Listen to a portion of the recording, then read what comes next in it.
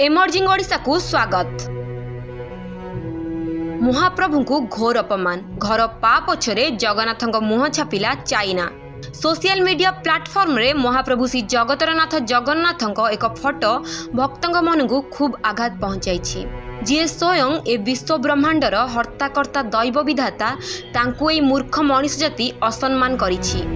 कोटी कोटी ओडिया मौड़मणि को अपमान करिछि चाइना। आज्ञा हाँ, पुणी थरे हिंदू देवादेवी छवि को अनुचित भावे व्यवहार घटना सामना को आसीछि। एक Chinese e commerce platform Ali express रे महाप्रभु श्री जगन्नाथ छवि थिबा गोड़ पा पोछा बिक्री होउतबा देखिबाकू मिलिछि। एही घटना कोटी कोटी जगन्नाथ प्रेमी मानकू गभीर आघात पहुंचाइछि। एही अपमानजनक घटना सोशल मीडिया रे भाइराल हेबा परे हिंदू संगठन और भक्त माने तीव्र प्रतिवाद जणाइछन्ति। सोशल मीडिया रे जगन्नाथ प्रेमी माने कहिछन्ति महाप्रभुଙ୍କ छवि को गोड़ पोछारे व्यवहार करी लक्ष लक्ष भक्तଙ୍କ भावना को आघात करा जाइछि।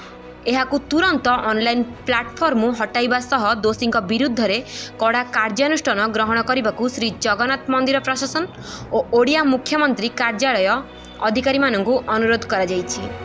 एहा पूर्वरु मध्य अनुरूप घटना रे हिंदू देवादेवी छवि अनुचित भावे व्यवहार होइतिबा अभियोग होइतिरा। एक्स र अनेक पोस्ट रे एहाकु धार्मिक असम्मान और हिंदू विरोधी कार्य बोली वर्णना करा जाइछि।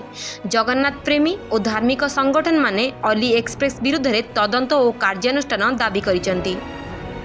एभली अधिक खबर आगु सुनिबा पई आम चैनल को लाइक शेयर सब्सक्राइब करंतु।